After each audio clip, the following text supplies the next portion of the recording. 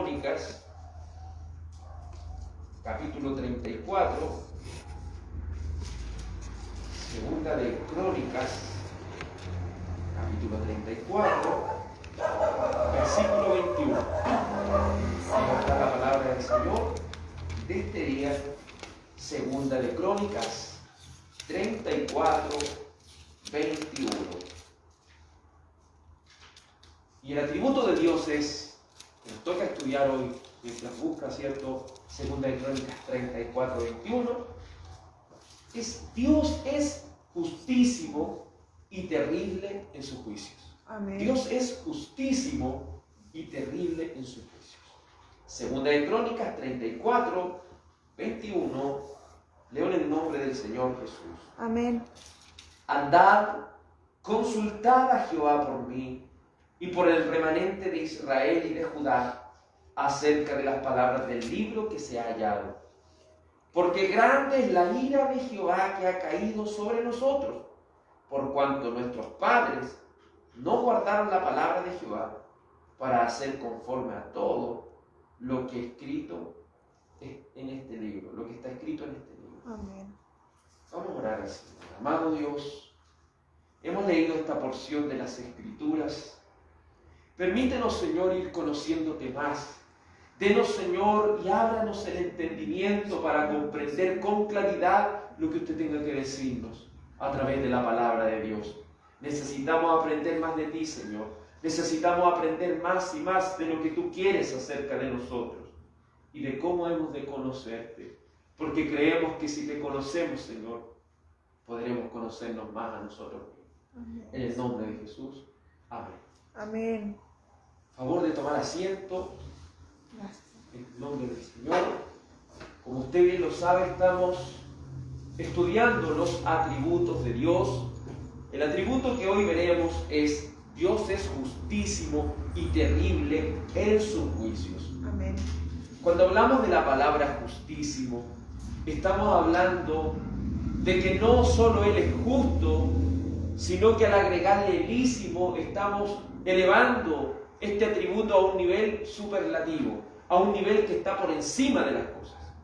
Entonces no solo decimos que Dios es justo, sino que Dios es la expresión misma de la justicia. Dios es la expresión máxima de lo que la justicia significa. Este atributo es un atributo comunicable porque de alguna u otra manera podemos saber lo que justicia significa, ¿cierto? De una u otra manera tenemos la noción de lo que justicia significa, pero Dios en sí mismo es la justicia que está por encima de todo. Hoy en día muchos problemas se llevan ante la justicia terrenal, pero muchas veces no se hace justicia. Muchas personas tienen que ver cómo de manera tan terrible no se le hace justicia en un caso que ellos lo ven tan claro. Entonces vemos a Dios y vemos la justicia máxima. Hoy veremos que Dios es justísimo y que producto de su justicia Él es terrible en sus juicios. Partiremos explicando el por qué Dios es justísimo. Justísimo eleva la justicia de Dios, como lo dijimos anteriormente, a un nivel superlativo, donde Dios es la expresión máxima de la justicia. Tomamos esta porción de Segunda de Crónicas, capítulo 34, que está basado en el reinado de Josías, un rey de Judá. Josías en su tiempo estaba viviendo un despertar de las cosas de Dios, porque el padre de él y su abuelo fueron los reyes más malos que pudieron haber en Israel. Eran tan malos que habían abandonado su adoración a Dios. Eran tan malos que se habían alejado de Dios y habían hecho lugares altos para adorar a aquellos que no son dioses. Más encima, entregaban sus hijos a un dios llamado Moloch y los tiraban al fuego para que murieran ahí. Entonces eran tiempos terribles, pero cuando a los 8 años toma el reinado Josías, el Señor, por medio de este hombre, por medio de este rey, trae un despertar. Pero él empieza a seguir y a servir al Señor dentro de las capacidades y las cosas que tenía a su alrededor. Pero llega un momento que estaban unos sacerdotes limpiando lo que antes era el templo de Dios y viendo detrás de un lugar encontraron la palabra. Y cuando leen esta palabra, él dice esto, lo que dice el verso 21. Andad y consultad a Jehová por mí y el remanente de Israel y de Judá acerca de las palabras del libro que se ha hallado. ¿Y qué dice? Él entiende que Dios es justo. Y al entender que Dios es justo, él está diciendo, porque grande es la ira de Jehová que ha caído sobre nosotros.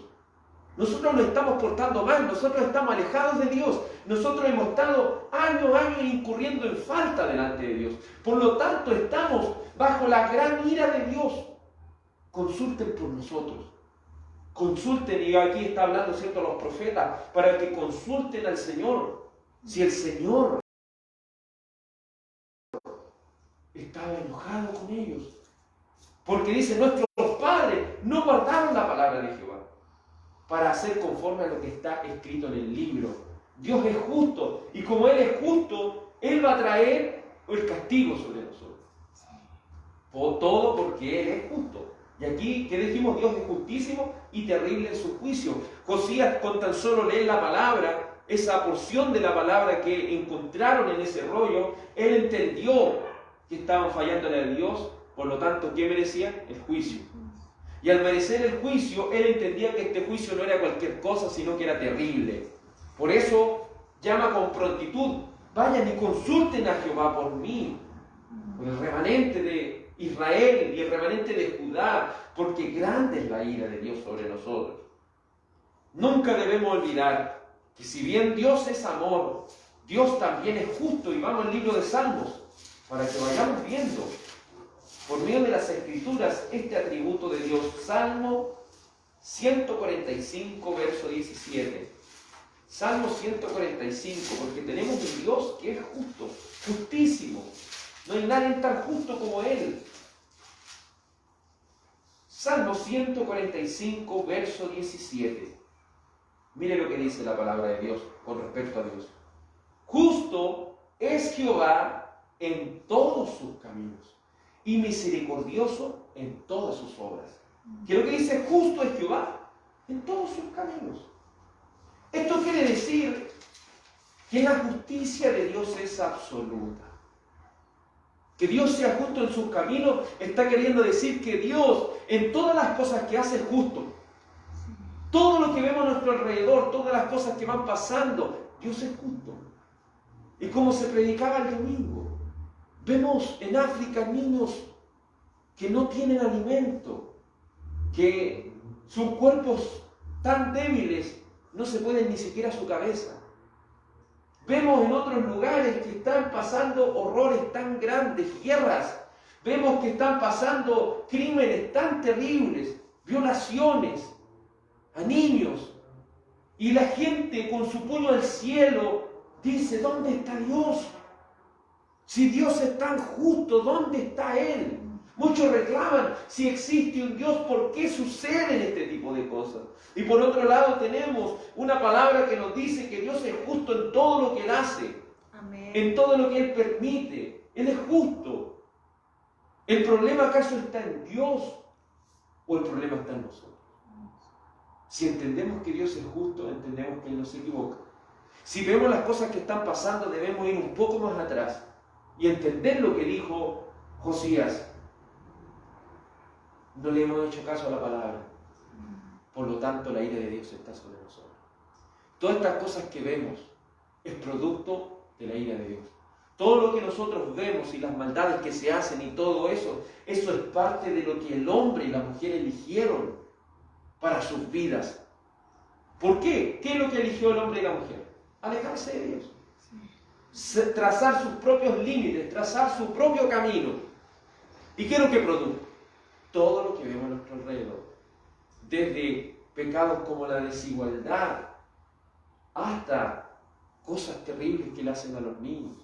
Todas esas cosas es producto de que el hombre quiere servir a un Dios a su manera Todo esto es producto de que el ser humano se aleja más y más de Dios. Hoy día podemos ver en las noticias por qué el aborto. Hoy en día quieren aprobar este aborto, pero libre, un aborto libre. No solamente en 3 causales, sino libre. Que una persona diga, yo no quiero tener este bebé y lo mato. ¿Por qué suceden todas estas cosas? Porque la gente se aleja de Dios. Y si la gente empieza a hacer esto, recuerde que la Escritura defiende, el Señor defiende a los bebés que están dentro del vientre. Por lo cual, si una ley decreta que esos bebés, por voluntad del padre o la madre, mueren, se están yendo en contra de ¿quién? De Dios. Entonces no esperemos que a este país llamado Chile le vaya a ir bien si empieza a aprobar estas cosas. No esperemos que nuestra nación le vaya a ir bien por irse en contra de las cosas de Dios. Dios, al ser justo, va a traer la calamidad sobre este mundo, sobre este país. Pero una cosa debemos entender, Dios es justísimo. Y si pasan cosas malas, eso es producto del pecado que el hombre eligió servir. Como lo dijimos el domingo, ¿y qué pasa cuando un cristiano padece, cuando un cristiano sufre? También lo vimos en el libro de Job, porque no todo viene producto del pecado. Hay cosas malas que nos pueden suceder en nuestra vida como cristianos, pero todas esas cosas son para que pasemos de ser una persona justa a ser una persona sabia, que aprenda a depender totalmente de la voluntad de Dios. Porque muchos de nosotros podríamos decir, tener fe en los momentos fáciles, en los momentos de alegría, en los momentos en los que todo marcha bien. Pero seguiremos teniendo fe cuando venga el dolor, seguiremos teniendo fe cuando vengan las dificultades. Es ahí, porque no es que Dios necesite probarnos a nosotros para saber si tenemos fe. No, Él lo sabe. Pero Él permite estas cosas para que nosotros nos demos cuenta cuán cercanos estamos de Dios o cuán lejanos estamos de Él. Es importante entender que Dios es justo, aunque a veces nosotros no lo podamos entender. Dios siempre es justo. Él jamás se equivoca. Y todo lo que nos pasa, o nos va a pasar, o le pase a la nación, o le pase al mundo, todo eso es justo. Es justo. E incluso no tenemos lo que merecemos. Porque ¿qué merecemos en realidad? Morir. La palabra dice, la paga del pecado es la muerte. ¿Qué es lo que merecemos nosotros? El infierno. Eso es lo que merecemos. Pero el Señor en su misericordia se ha compadecido de nosotros. Dios es justo, su justicia es perfecta e inmutable. Es decir, su justicia no cambia. Amén. La justicia del mundo es mutable, porque hay leyes que defienden al niño y ahora hacemos leyes que lo matan. Eso significa que es mutable, que es cambiante. La justicia de este mundo es cambiante, pero la justicia de Dios es inmutable. Eso quiere decir que si Él dice que esto es justo siempre. Nunca para de ser justo. Vamos a entender esto con más profundidad en este mismo libro de los Salmos, pero en el capítulo 62. Salmo 62. Porque Dios es justísimo.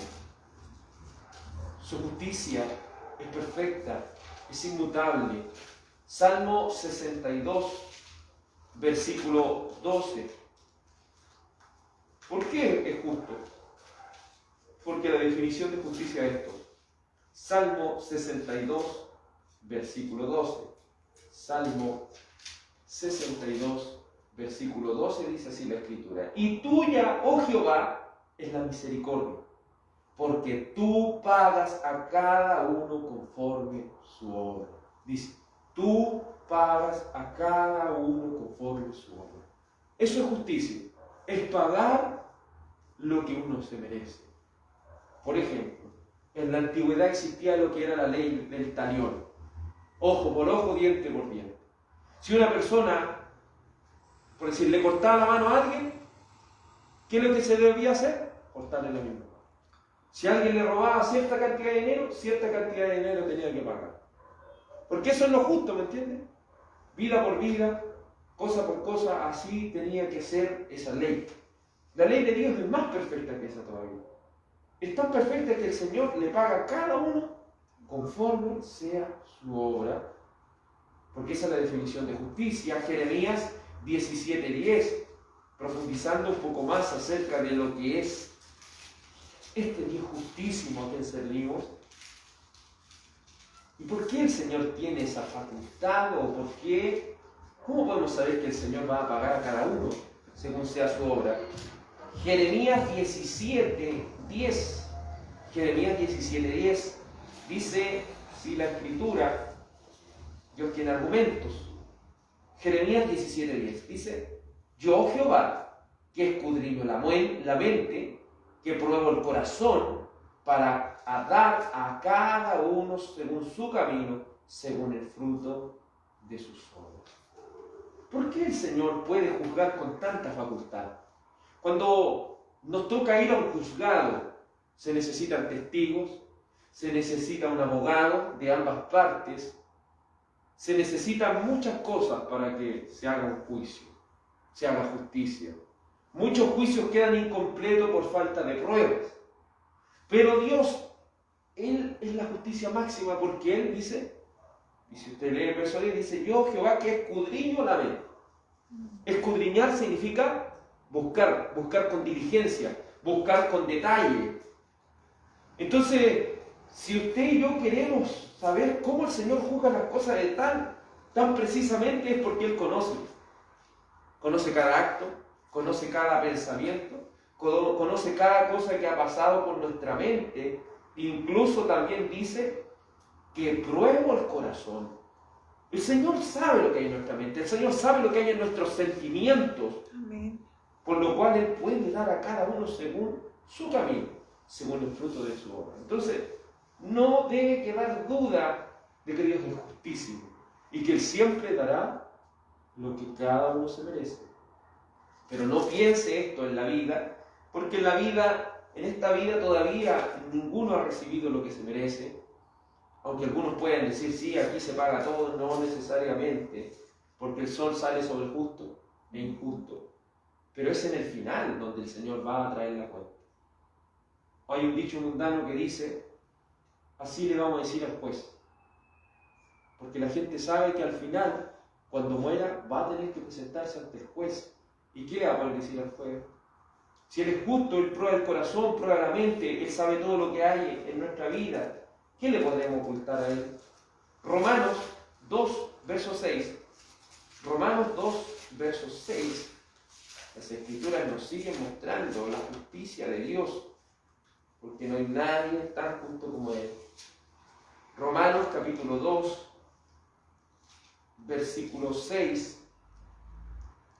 Dice así la palabra del Señor, Romanos 2:6, el cual pagará a cada uno conforme a sus obras, vida eterna a los que perseverando en bien hacer, buscan gloria y honra e inmortalidad, pero ira y enojo a los que son contenciosos y no obedecen a la verdad, sino que obedecen a la injusticia.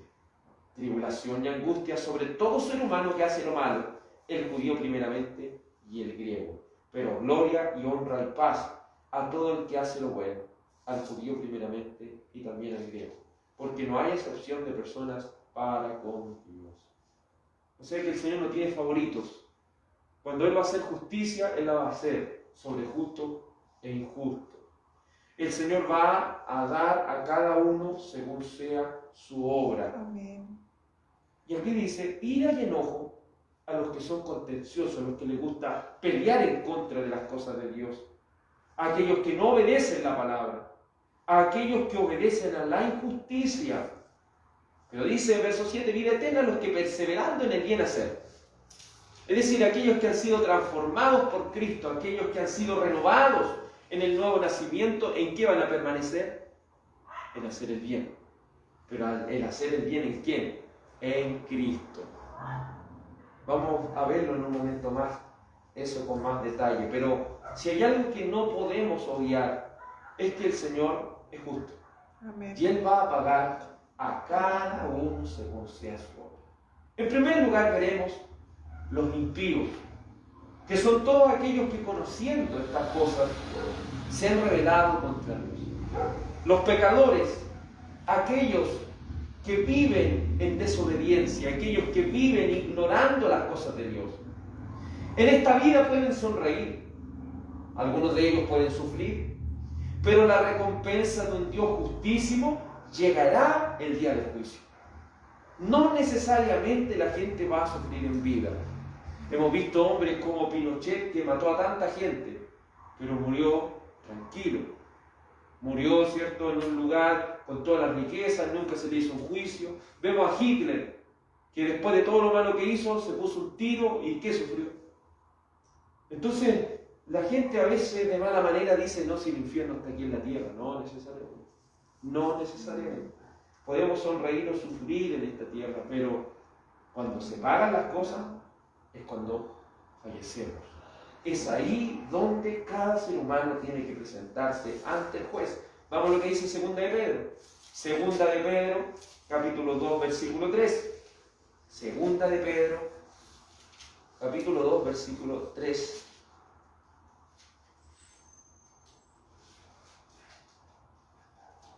Segunda de Pedro, capítulo 2, versículo 3, dice así la Escritura. Y por avaricia harán mercadería de vosotros con palabras fingidas. Sobre los tales, ya de largo tiempo la condenación no se tarda, y su perdición no se duerme. ¿Se fija cómo este juicio de Dios dice que esta condenación no se tarda? Este castigo a su perdición no se duerme, dice, porque si Dios no perdonó a los ángeles que pecaron, sino que arrojándolo al infierno lo entregó a prisiones de oscuridad para ser reservado al juicio, y si no perdonó al mundo antiguo, sino que guardó a Noé, pregonero de justicia, con otras 7 personas trayendo el diluvio sobre el mundo de los impíos, y si condenó por destrucción a las ciudades de Sodoma y Gomorra, reduciéndolas a ceniza y poniéndolas de ejemplo de los que han de vivir impíamente, y libró al justo Lot, abrumado por la nefanda conducta de los malvados, porque este justo que moraba entre ellos afligía cada día a su alma justa, viendo y oyéndolo los hechos inicuos de ellos.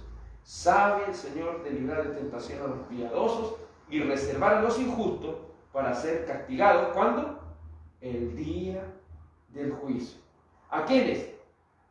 Y mayormente aquellos que siguiendo la carne andan en deseo inmoderado, que en la concupiscencia, andan en concupiscencia e inmundicia, desprecian el señorío, atrevidos y contumaces, no temen decir mal de las potestades superiores, y sigue, y sigue, y sigue. Pero la base importante es el verso 9 que dice, los injustos para ser castigados el día del juicio. El castigo para los impíos no es aquí en la tierra, es el día del juicio. El día del juicio. Podemos recibir disciplina de parte del Señor aquí, pero eso no es ni comparado con el juicio que viene una vez que fallecemos. Judas 1:8. Judas 1:8 dice la palabra del Señor así. Judas 1:8. Judas 1:8. Dice, no obstante, de la misma manera, también estos soñadores mancillan la carne, rechazan la autoridad y blasfeman a las potestades superiores. Pero cuando el arcángel Miguel contendía con el diablo, disputando con él por el cuerpo de Moisés, no se atrevió a proferir juicio de maldición contra él, sino que le dijo, el Señor te reprende. Pero estos blasfeman de cuantas cosas no conocen, y en lo que por naturaleza conoce, se corrompen como animales irracionales. Hay de ellos, porque han seguido el camino de Caín, y se lanzaron por lucro en el error de Balaam, y perecieron en la contradicción de Coré. Estas son manchas en vuestros ágapes, que comiendo impúdicamente con vosotros se apacientan a sí mismos, nubes sin aguas llevadas de acá para allá por vientos, árboles otoñales sin fruto, 2 veces muertos y desarraigados, fieras ondas del mar, que espuman su propia vergüenza, estrellas errantes para la cual está reservada eternamente la oscuridad de las tinieblas. ¿Se fijan que el juicio viene al final? ¿Y qué reserva? Ellos están reservando este juicio tan tremendo como son la eterna oscuridad de las tinieblas. El juicio tan tremendo para aquellos que traspasan la justicia de Dios. Dice luego el verso 14, de estos también profetizó Enoc, séptimo desde Adán, diciendo, he aquí vino el Señor con sus santas decenas de millares, para hacer ¿qué cosa? Juicio contra todos, y dejar convicto a todos los impíos, de todas sus obras impías que han hecho impíamente, de todas las cosas duras que los pecadores impíos han hablado contra él. Estos son murmuradores querellosos que andan según sus propios deseos, cuya boca habla cosas infladas, adorando a las personas para sacar provecho. Se fija que cuando viene el Señor a hacer juicio, Él lo va a hacer contra todo y va a dejar convicto a todos los impíos que han procedido sus vidas de manera impía. Entonces no se va a escapar ninguno del juicio de Dios.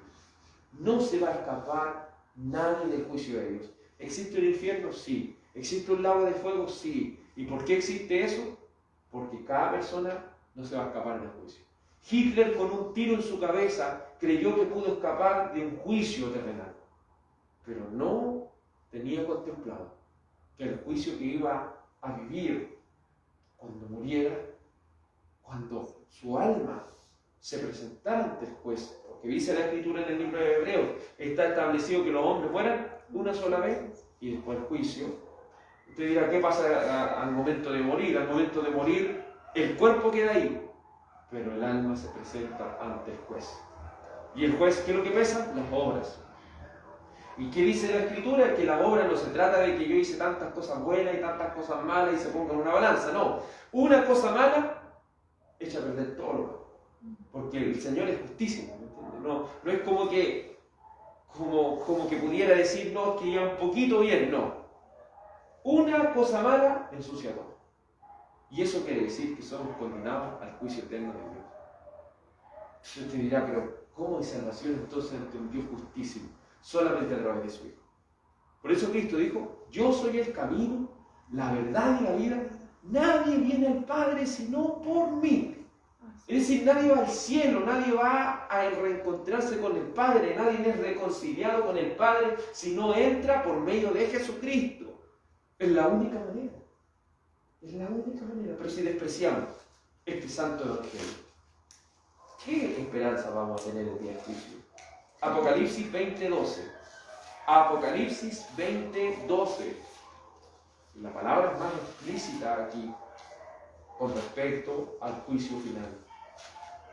Apocalipsis 20:12 dice, y vi a los muertos, ¿qué dice? Grandes y pequeños, de pie ante Dios. Y los libros fueron abiertos. Y otro libro fue abierto, el cual es el libro de la vida.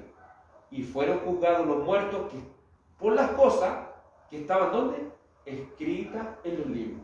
Y hace el énfasis, según sus obras. Entonces, esto obviamente es metafórico. ¿En qué sentido lo digo? Que no es que se va a abrir así un libro por cada uno, imagínense cuántos libros serían. Pero lo que está diciendo es que el Señor tiene guardado, ¿qué es lo que nos quiere enseñar? Que el Señor tiene guardado cada cosa que nosotros hagamos. Entonces, cuando lleguemos ante Él, y Dios lo quiera, para juicio, está escrito todo.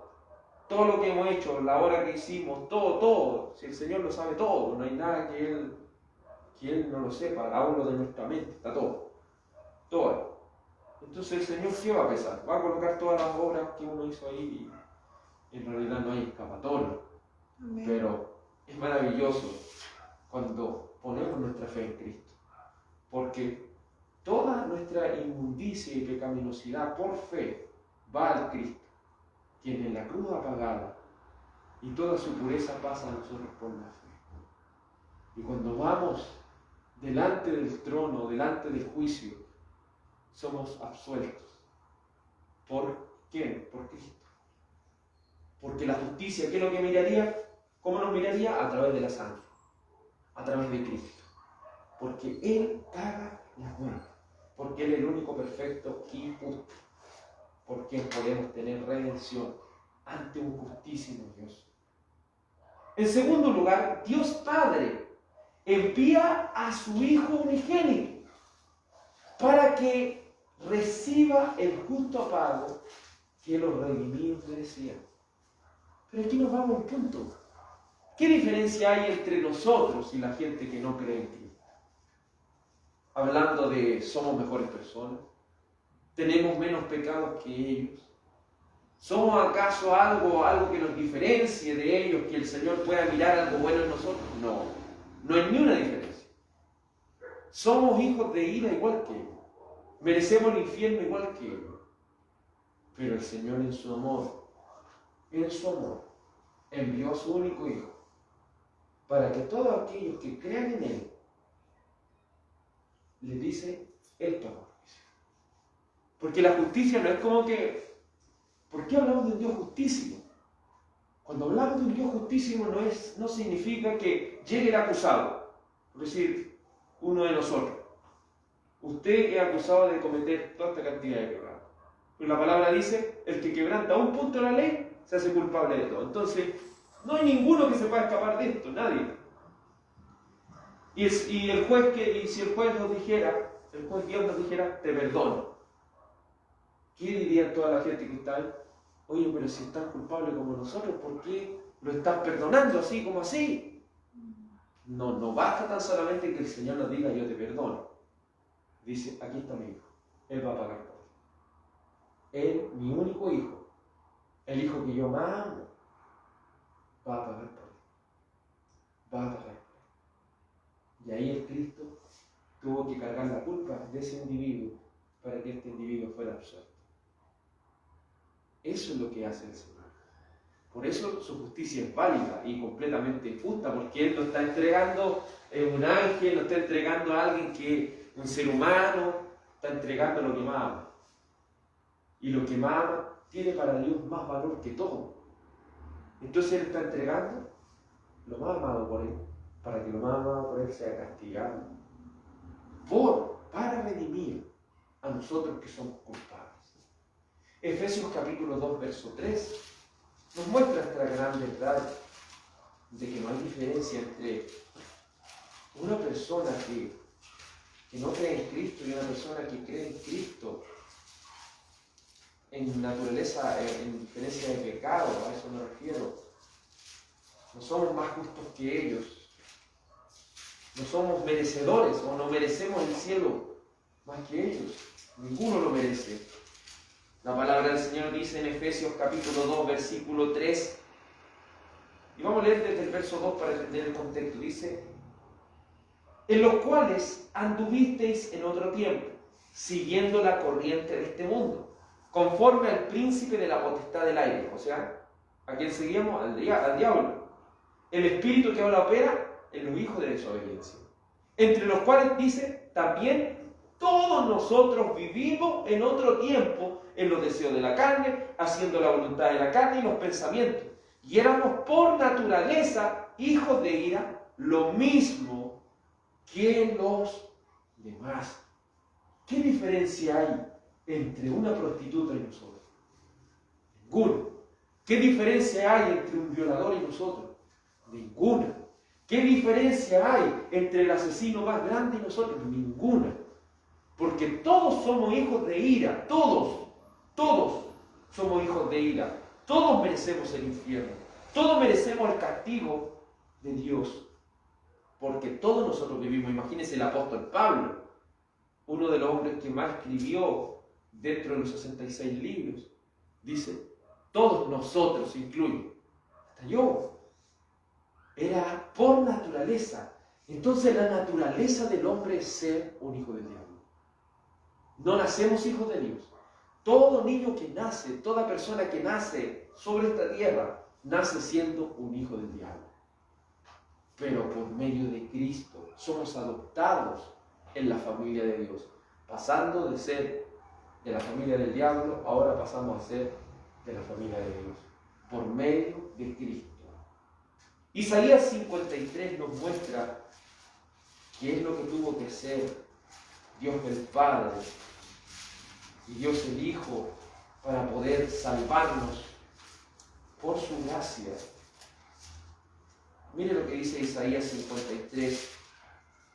Isaías 53, versículo 4. Aquí está hablando de Cristo. Mire lo que dice Isaías 53, 4. Ciertamente llevó Él nuestras enfermedades, sufrió nuestros dolores, y nosotros le tuvimos por azotado, por herido de Dios y abatido. Mas Él herido fue por nuestras rebeliones, fue molido por nuestros pecados. El castigo de nuestra paz fue sobre Él, y por sus llagas fuimos nosotros curados. También nosotros nos descarriamos como ovejas, cada cual se apartó por su camino, mas Jehová, ¿qué dice? Cargó en Él el pecado de todos nosotros. Dios el Padre carga sobre el Hijo de Dios, sobre su Hijo, nuestras culpas, pasadas, presentes y futuras. Todo es cargado en el Cristo. ¿Y qué dice el verso 7? Angustiado Él y afligido, no abrió su boca. No sé si a usted le ha pasado en algún momento, pero cuando alguien le echa la culpa de algo que usted no hizo, ¿qué es lo que hace uno? Se defiende, pero si yo no fui, y como que a uno le nace eso de defenderse, que uno no ha sido el que hizo eso. Pero mire lo que dijo Cristo: angustiado Él, afligido, Él no abrió su boca. Porque la culpa nuestra fue hecha sobre Él, pero Él se echó la culpa. Él no abrió su boca. Como cordero fue llevado al matadero, y como oveja delante de sus trasquiladores enmudeció y no abrió su boca. No sé si usted ha visto cómo un cordero es degollado, pero el cordero es uno de los animales más tranquilos para matar. Por eso Cristo es comparado con un cordero. No sé si ha visto, yo he visto cuando los matan y es como tan triste su muerte, porque no gritan así como un chancho que grita así tanto, grita pero muy despacito. Y a veces hasta lágrimas les caen a esa memoria. Por eso es comparado con Cristo. Por cárcel y por juicio fue quitado, y su generación, ¿quién la contará? Porque fue cortado de la tierra de los vivientes, y por la rebelión de mi pueblo fue herido. Y se dispuso con los impíos su sepultura, mas con los ricos fue en su muerte. Aunque nunca hizo maldad, ni hubo engaño en su boca. Cristo, desde su nacimiento hasta su muerte, Él nunca actuó. Ni siquiera un mal pensamiento, ni siquiera algo en el corazón nada. Porque para hacer esto no debía haber ni siquiera un pecado de Cristo. Y Él tuvo que vivir en un cuerpo humano. Entonces usted sabe lo que es vivir en este cuerpo humano. Pero en Él no hubo pecado. Por lo tanto, su obra queda perfecta y su pureza absoluta pasa a nosotros. Por eso nosotros somos llamados santos. La Iglesia Católica tiene muchos santos, ¿cierto? Pero según la Biblia, los santos, si usted lee, los santos son ¿qué? La Iglesia. Pero parece que para la Iglesia Católica lo único que se van al cielo son aquellos santos que tiene canonizados, y todas las otras personas parece que al infierno, porque son solamente los santos los que se van con el Señor. ¿Y por qué somos llamados santos? ¿Acaso por hacer cosas tan grandiosas y buenas? No. Somos santos en Cristo. Somos llamados santos en Cristo, por la justicia que Cristo ha completado. Y cada uno de nosotros es santo. Es santo. Porque hemos sido santificados, hemos sido hechos santos por medio del sacrificio de Cristo. Y sigue diciendo la Escritura, verso 10.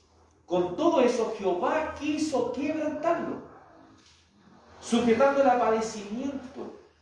Cuando haya puesto su vida en expiación, es decir, en pago por el pecado, verá linaje, vivirá por largos días, y la voluntad de Jehová será en su mano prosperada. Verá el fruto de la aflicción de su alma y quedará satisfecho. Por su conocimiento justificará, ¿se fija? Va a declarar justo mi siervo a muchos, y llevará las iniquidades de ellos. Aquí dice, verá el fruto de su aflicción y quedará satisfecho. ¿Esto qué quiere decirnos? Que Cristo no solo se sentó en un trono a esperar que la gente crea en Él, sino que Él dio fruto de esto. Porque Él murió por sus escogidos. Él murió por cada uno de sus hijos. Y Él pagó la deuda de cada uno de ellos. No quedó ninguna deuda, hermano. Él pagó completo. Él satisfizo aquella justicia completa de Dios. Romanos 8:32 nos muestra la gravedad del asunto, la gravedad de lo que verdaderamente esto significa, que el Padre enviara a su único Hijo para satisfacer esta justicia, porque la justicia debe ser pagada, y Cristo la pagó. Romanos 8:32 dice la Escritura así: el que no escatimó ni a su propio Hijo, sino que lo entregó por todos nosotros, ¿cómo nos dará también con él todas las cosas? Escatimar significa reservar. Dios Padre no se reservó ni siquiera a su único Hijo. O sea que para salvar al hombre, Él ni siquiera se reservó a su Hijo. Dijo, Hijo. ¿Y el Hijo qué dijo? Voluntariamente. Porque Cristo tampoco vino obligado, Él lo hizo por amor. Así como el amor que el Padre tiene por nosotros. Así también el Hijo de Dios mostró ese amor voluntariamente en la cruz. Y por eso el apóstol Pablo puede decir en el verso 33 con tanta propiedad: ¿quién acusará a los escogidos de Dios? Dios es el que justifica. Dios nos ha declarado justos. ¿Quién nos podrá acusar de algo? Nadie. Nadie. Porque Dios es el que nos ha justificado por medio de su Hijo.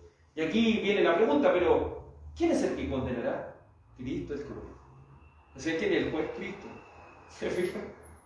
El mismo que murió por nosotros. Entonces, cuando el Cristo como juez se presenta ante nosotros, somos absueltos por Él. Porque dice, no pagué. Y dice, Cristo es el que murió, mas aún el que también resucitó, el que además está a la diestra de Dios, el que también intercede por nosotros. ¿Quién es el que intercede por nosotros? ¿Acaso es María? ¿Acaso son los santos? El único intermediario entre Dios y los hombres es Jesucristo. Amén. La única manera en la que usted y yo podamos llamarle a Dios Padre es a través de Jesucristo. Es a través de su Hijo. Es hermoso lo que el Dios justísimo ha hecho. Primera de Pedro 3:18. Y había caso, si nos queda alguna duda, Primera de Pedro 3:18 nos va a dejar claro, no había nada en nosotros que Cristo pudiese mirar, sino que solo el amor que Él nos tiene, ese amor que nació de Él primero, como dice Juan. Primera de Pedro, capítulo 3, Primera de Pedro 3:18 dice, porque también Cristo padeció una sola vez por los pecados, el justo por los injustos, para llevarnos a Dios, siendo la verdad muerto en la carne, pero vivificado en el Espíritu. ¿Cuántas veces padeció Cristo? Una vez. Esto es importante entenderlo. ¿Por qué uno no debería participar de una misa católica? Porque ¿sabe lo que hacen en la misa católica tomando ese vino y tomando esa hostia? Ellos lo que están haciendo ahí es sacrificar a Cristo nuevamente. De eso se trata la misa. Sacrificar a Cristo nuevamente. Pero aquí la palabra dice que Cristo murió una vez. Por eso ellos creen en la transubstanciación. ¿Qué quiere decir? El verdadero cuerpo y la hostia el verdadero cuerpo y la copa es la verdadera sangre. En cambio nosotros los cristianos, ¿cierto? Esto es símbolo, pero es un símbolo de respeto. Pero ellos dicen, no, este es el verdadero cuerpo y esta es la verdadera sangre. Y ellos dicen hacer ahí mismo el sacrificio. Eso sería una blasfemia. Entonces estar y participar de eso sería apoyar una blasfemia. ¿Por qué? Un insulto a Dios. Porque Él se ofreció una vez. Él no necesita estarse ofreciendo continuamente por nosotros.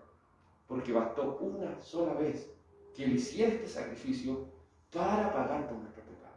Si Él tuviera que sacrificarse nuevamente y nuevamente, eso querría decir que no tiene un efecto duradero. Pero el efecto de su sangre es duradero. Que de 2000 años atrás aún sigue lavando, aún sigue limpiando.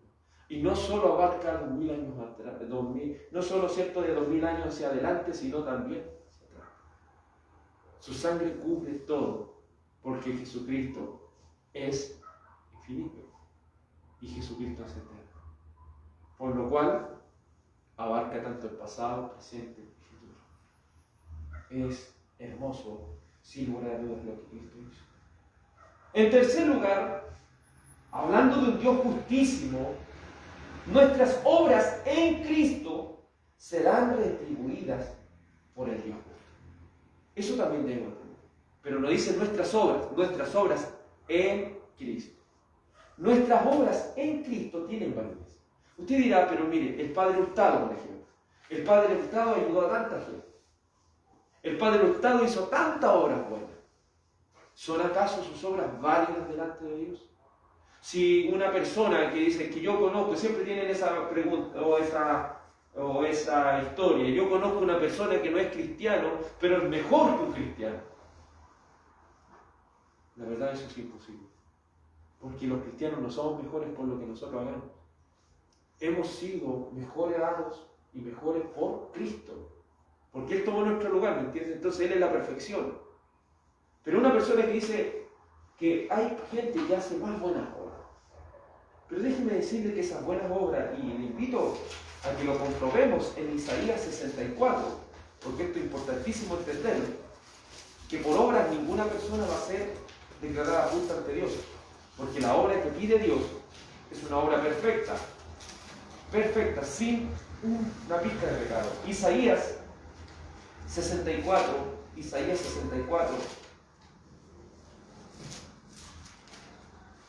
versículo 6, dice así la palabra de Señor. Isaías 64, 6. Si bien todos nosotros somos como suciedad, y todas nuestras justicias como trapo de inmundicia, y caímos todos nosotros como la hoja, nuestras maldades nos llevaron como el viento. En primer lugar, Isaías reconoce nuestra corrupción. No sé si alguna vez usted le tocó entrar a un baño de pozo. Esos baños que se hacían. Por más que le echara lo que le echara, esos baños son más encima, ¿cierto? El ver ahí totalmente todo es algo repugnante.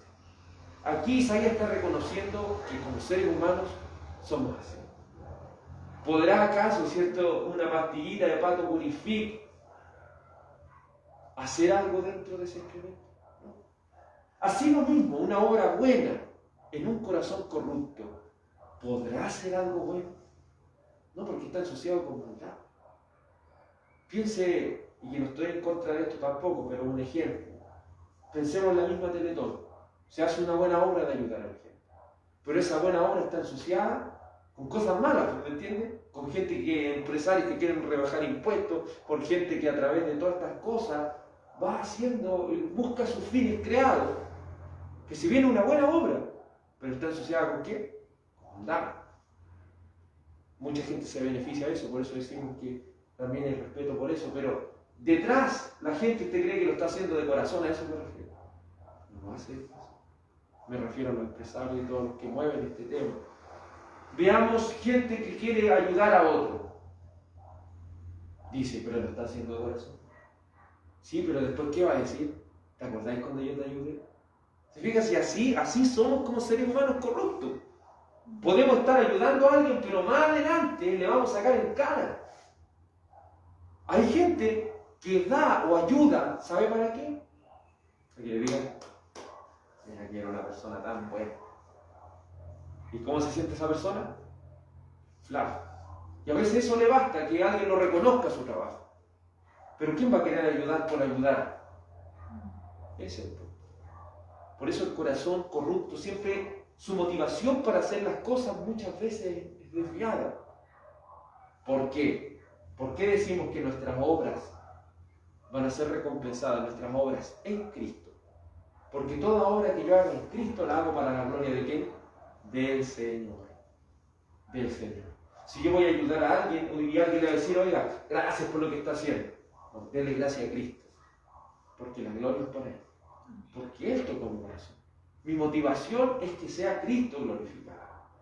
Oye, gracias porque me ayudaste. No, déle la gloria a Cristo. No me la dé a mí. Porque yo trabajo para que Él sea glorificado. Por eso nuestras buenas obras van a ser recompensadas en Cristo. Nuestras buenas obras deben ser en Cristo, porque Él debe ser glorificado y no nosotros. Porque ahí sí que estamos haciendo algo para no nuestra gloria, sino para la gloria de Dios. No para nuestras intenciones oscuras y corruptas, sino para que Cristo sea glorificado. El trapo de inmundicia es toda obra que está manchada con pecado. Toda obra fuera de Cristo no sirve ni tiene la capacidad de merecer la salvación, que es solo por gracia. Ninguna obra que una persona haga va a servir para llegar al cielo, ninguna. Eso es imposible. Por eso la Iglesia Católica cree que la salvación es por gracia, pero usted tiene que confirmarla a través de obras. Tiene que completar esa gracia con obras. Pero el cristianismo bíblico dice que si Cristo por gracia le ha salvado, su corazón va a producir obras por sí mismo, porque Cristo está en nosotros. Las obras en Cristo, si bien no compran la salvación, al estar en Cristo son recompensadas como muestras de amor y gratitud hacia Él, quien por su sola obra salvífica nos ha redimido. Cuando nosotros hacemos alguna obra buena, la hacemos para la gloria del Señor. La hacemos mostrando la gratitud y el amor que el Señor ha tenido por nosotros. Porque creo que la iglesia y el cuerpo de Cristo deben ser personas agradecidas. Agradecidos debemos ser cada uno de nosotros. Colosenses capítulo 3, verso 23 confirma que lo que estamos diciendo es algo bíblico.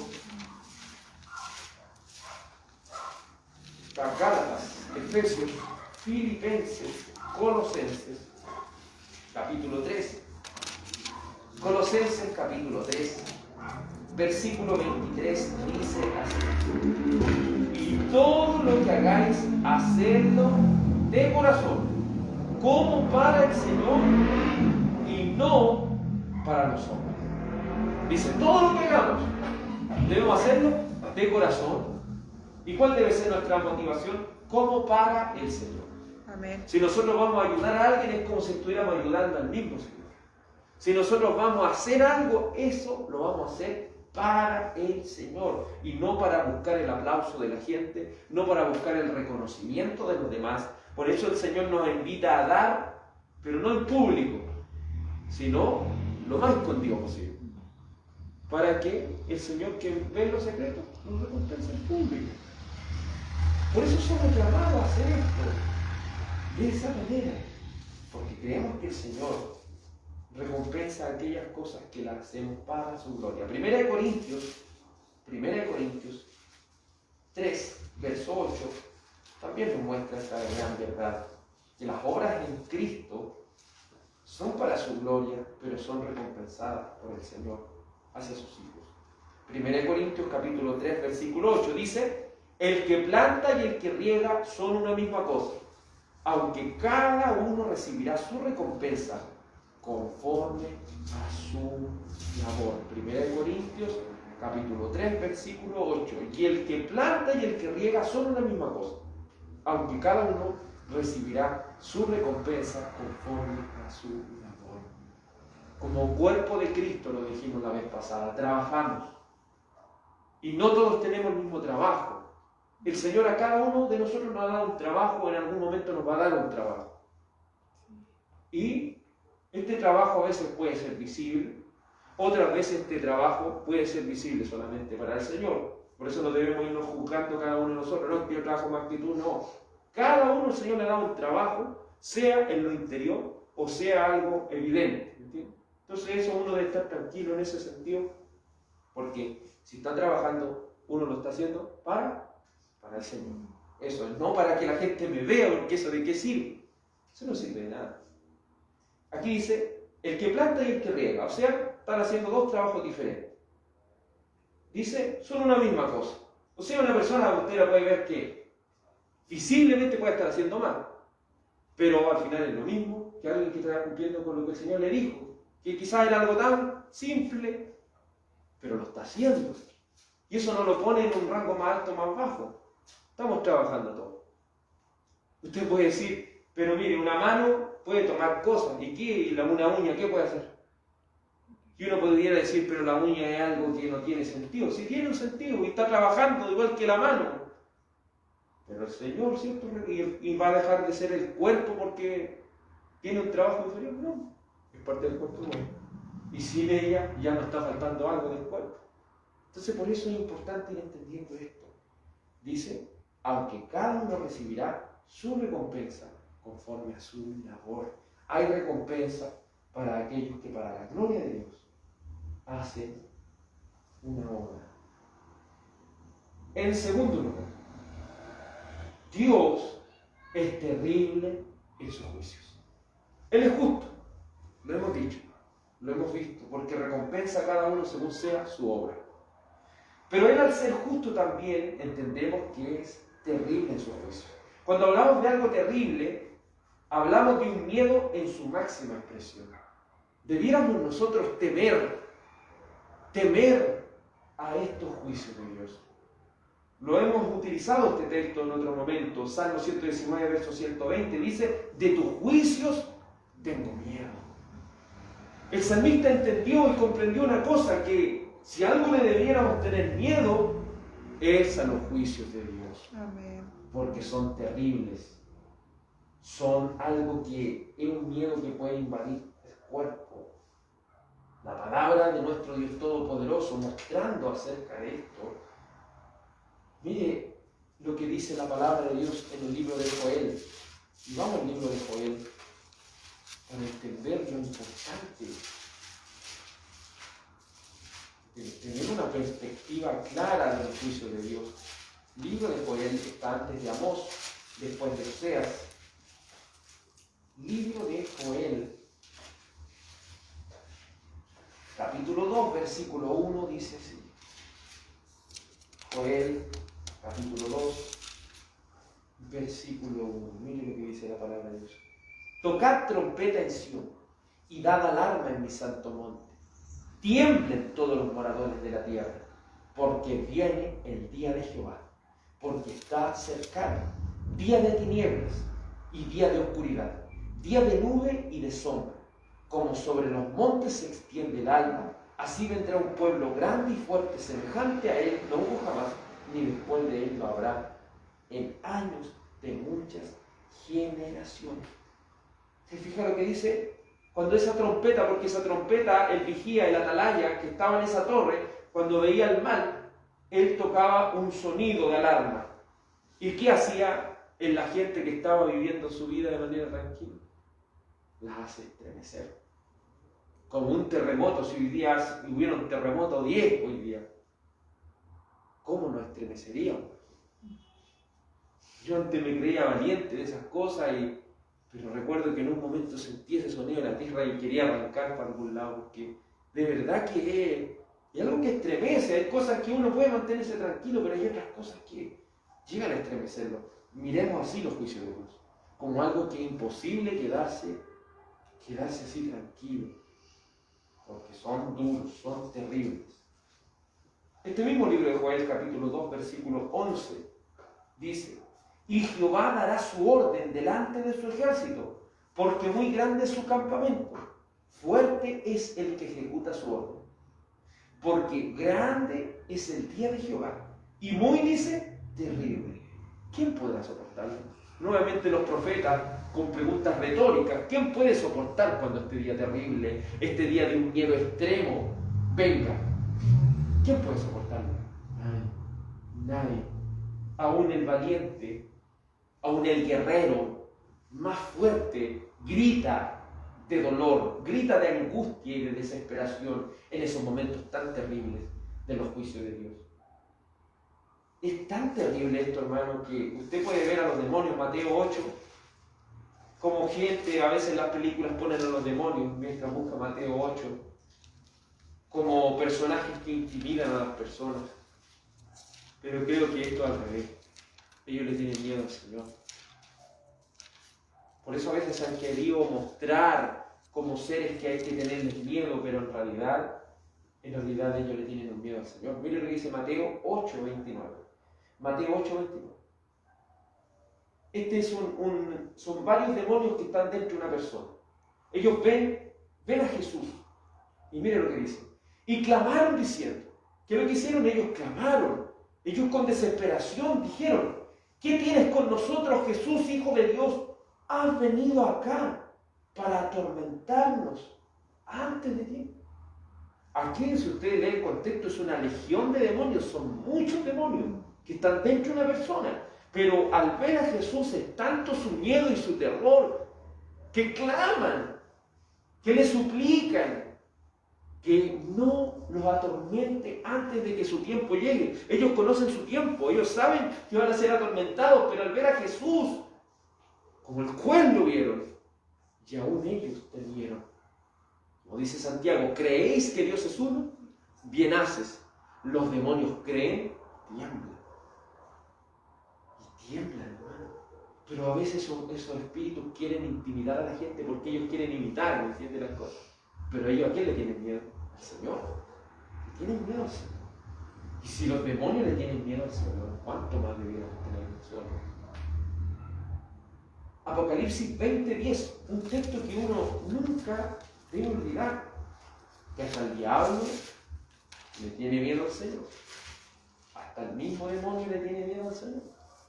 ¿Por qué? Porque Apocalipsis 20:10 dice así: y el diablo que los engañaba fue lanzado en el lago de fuego y azufre, donde estaban la bestia, el falso profeta, y serán atormentados día y noche por los siglos de los siglos. La palabra atormentado significa torturado. El diablo va a ser torturado de día y de noche. Y esto por los siglos de los siglos. ¿Por qué el diablo le tiene miedo al Señor? Y los demonios le tienen miedo al Señor. Porque ellos saben que cuando el juicio de Dios viene no hay escapatoria. Y el tormento, imagínense llegar a atormentar al demonio. No estamos hablando de una persona que siente miedo, estamos hablando del demonio que a veces se cree tan fuerte, tan intimidante, pero aún cuando es enjuiciado por Dios y castigado por Él, es torturado por el Señor. Es torturado. Mateo 13:50 dice: allí será el lloro y el crujir de los dientes. Cuando el juicio final viene, el lloro y el crujir de los dientes de rabia es algo que se ve. ¿Cuántas personas hoy en día están sufriendo con ese lloro y crujir de dientes? ¿Cuántos quisieran decirnos a nosotros: busquen al Señor? ¿Cuántos quisieran decir a nosotros: crean a estas cosas? Dejen todas las cosas del mundo y sirvan al Señor. ¿Cuántos quisieran ellos decirnos estas cosas? Pero nosotros muchas veces donde no vemos, ¿qué pasa? Da lo mismo. Mucha gente le da lo mismo. Pero cuando llegue el día, llegue el momento, ahí es donde va a venir el terror. ¿Pero qué vamos a poder hacer ahí? Nada. Por eso me gusta lo que dice con respecto al juicio. Y antes de que viniera el diluvio, todos se reían de Noé, todos se burlaban de lo que él decía, comían, bebían, no les importaba, ellos vivían su vida aparte de Noé. Y Noé estaba construyendo un arca en un lugar donde nunca había llovido. Estaba hablando de algo que nunca había acontecido, pero dice que cuando entró en el arca, esta gente no entendió hasta que vino el diluvio y los mató a todos. Eso refleja lo que somos como seres humanos. No entendemos las cosas hasta que nos pasan. Pero no esperemos llegar al juicio final para entenderlo, porque ahí no hay escapatoria. No hay escapatoria. Los juicios de Dios son tan terribles. Y déjeme decirle esto importante. Es tan terrible que aun el Hijo de Dios temió. Entonces, llevémoslo, ya no estamos hablando del diablo, de los demonios, ni los guerreros, ni la gente más fuerte, demente, podemos decirlo. Sino que estamos hablando el más grande de todo. Ante la ira de Dios temió. Ante la ira de Dios sintió este terror. ¿Por qué no le tenía miedo a los clavos? Que él le pegara a unos clavos, él no le tenía miedo. No le tenía miedo que alguien le pegara. Él no le tenía miedo a estas cosas. ¿Sabe cuál es el miedo más grande que Cristo tenía? Era que su papá lo abandonara.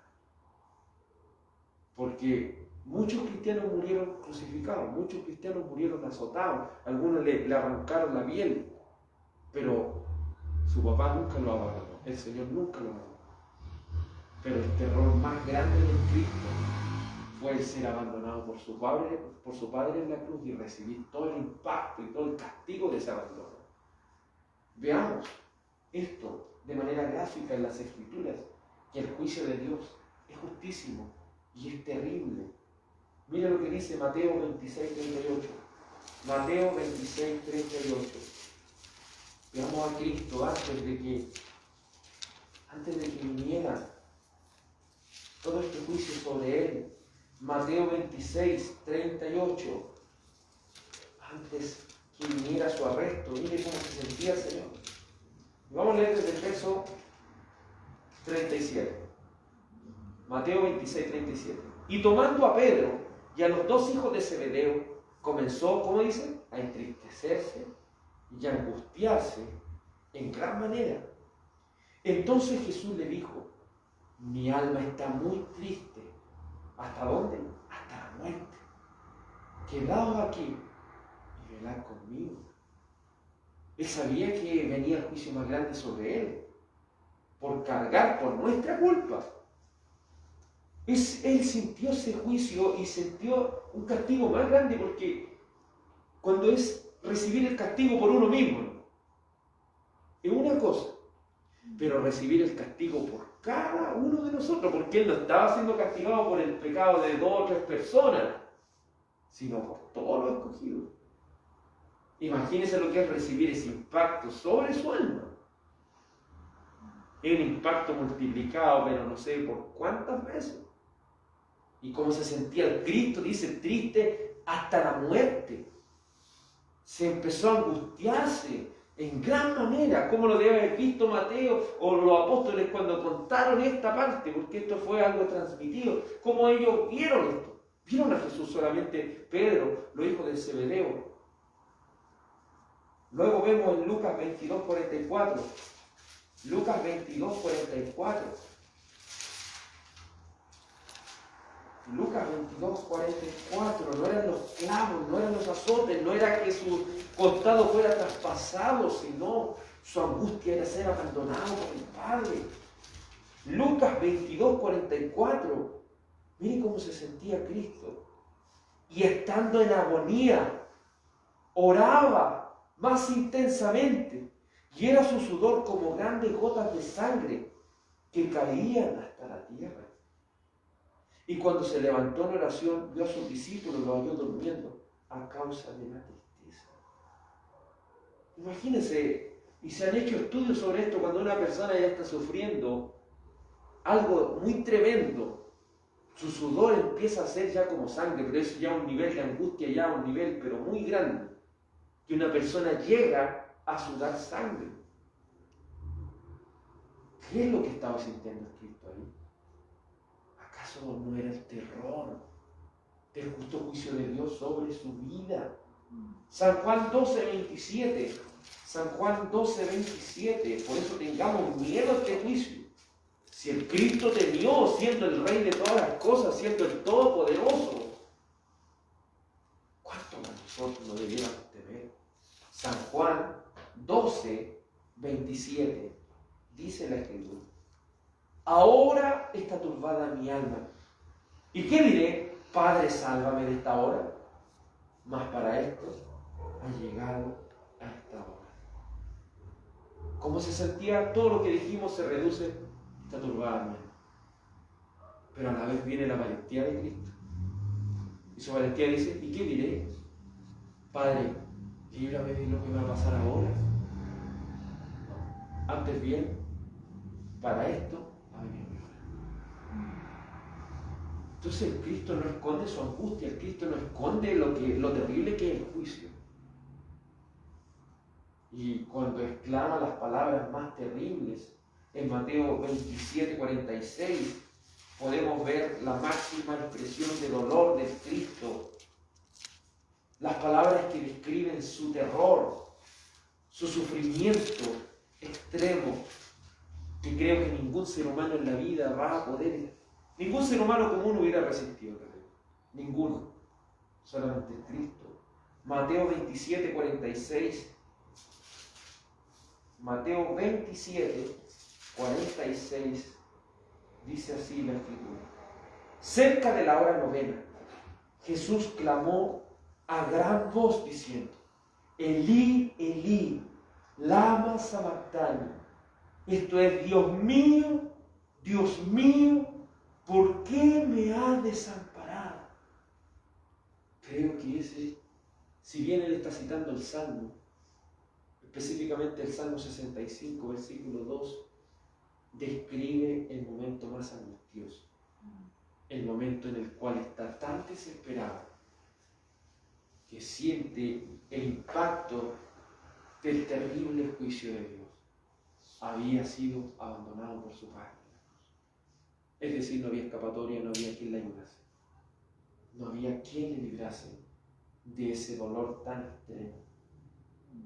Las palabras más terribles, el miedo del Señor, no fueron los clavos, no fueron los azotes, no fue la corona de espinas, no fue el abandono de sus amigos, fue el abandono de su Padre.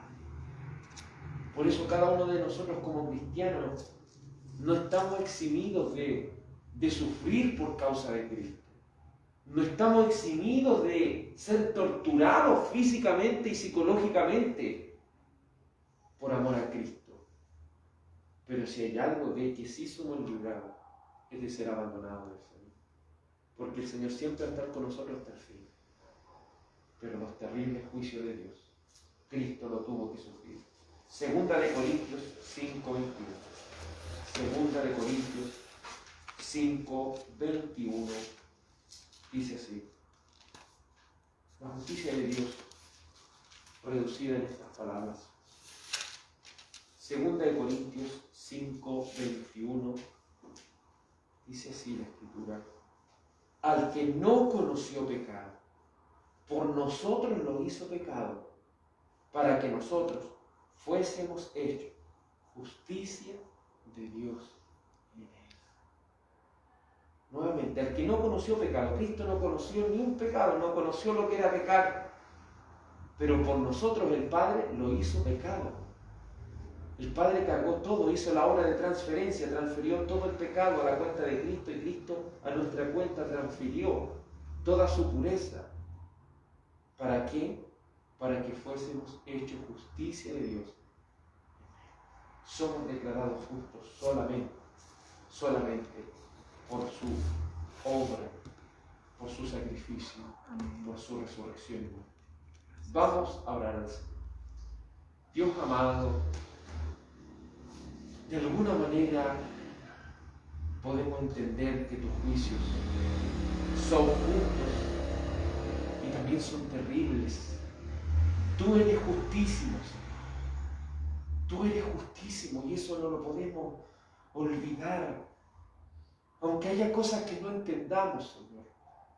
Aunque nos sucedan cosas en nuestra vida que no comprendamos, creemos que tú eres justo. Ayúdanos, Señor, a mantener esa fe, esa confianza, aún en medio del dolor. Creemos que tus juicios son terribles, tan terribles que aún el Cristo de Dios fue angustiado, Señor. No escondió su dolor. Señor, como dijo el salmista, de tus juicios tengo miedo. Gracias te damos, Señor, porque hemos sido declarados justos en ti. Y tenemos la dicha de tenerte aún en los momentos más dolorosos. Tenemos la dicha y la gracia de Dios de que aún en los momentos de angustia, cuando nadie puede librarnos, tú estás ahí, Señor, sosteniendo nuestra vida para no hundirnos en la depresión, sosteniendo nuestra vida para no hundirnos en la desesperación. Porque creemos, Señor, que hemos sido declarados justos, hemos sido hechos justos por medio del Cristo, del Hijo de Dios. Gracias te damos, Señor, por enseñarnos estas cosas.